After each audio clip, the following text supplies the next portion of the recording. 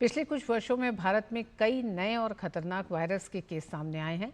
Monkey pox, Nipah virus, KFD, Chandipura virus जैसे संक्रमणों ने गंभीर चिंता पैदा की है। इन वायरस में कई ऐसे हैं जिनमें मृत्यु दर काफ़ी अधिक है और जिनकी कोई प्रभावी दवा या वैक्सीन भारत में उपलब्ध नहीं है।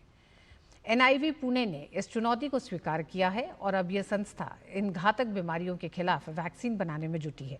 वैक्सीन बनाने का काम किस गति से चल रहा है, इस पर एनआईवी पुणे के निदेशक डॉक्टर नवीन कुमार से खास बातचीत की हमारे संवाददाता नितेंद्र सिंह ने।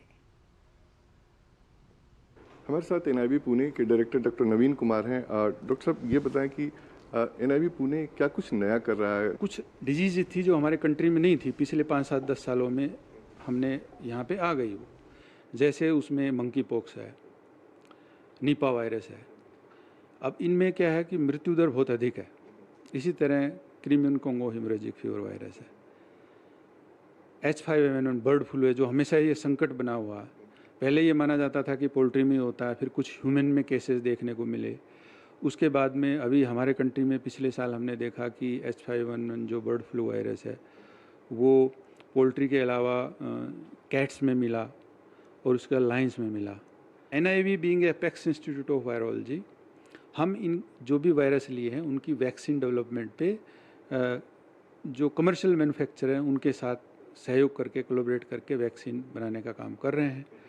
उसमें प्रमुखता से जैसे एक KFD है, जो मैं बताया कि लिमिटेड जियोग्राफिकल डिस्ट्रीब्यूशन है इसका, कर्नाटका और एडजॉइनिंग स्टेट्स। तो KFD की वैक्सीन बनाने के इंडियन इम्यूनोलॉजिकल्स के साथ में एडवांस स्टेज में है, लेबोरेटरी टेस्टिंग हो चुकी है, अभी वो नेक्स्ट फेज में जाने वाली है टेस्टिंग के लिए। चांदीपुरा का भी एक जो डिजीज़ है वो भी एक लिमिटेड स्टेट्स में ही है और ये बच्चों में जो है बहुत मृत्यु दर इसकी अधिक होती है। पिछली बार भी हमने गुजरात में इसको देखा था, तो इसकी वैक्सीन बनाने का काम भी हमने शुरू कर दिया है। एक प्राइम मिनिस्टर लेवल पे एक ये डिसीज़न लिया गया कि भी हमारे जो इस तरह के पेंडेमिक्स आते हैं उनको प्रिपेयर्डनेस के लिए कुछ सिस्टम होना चाहिए।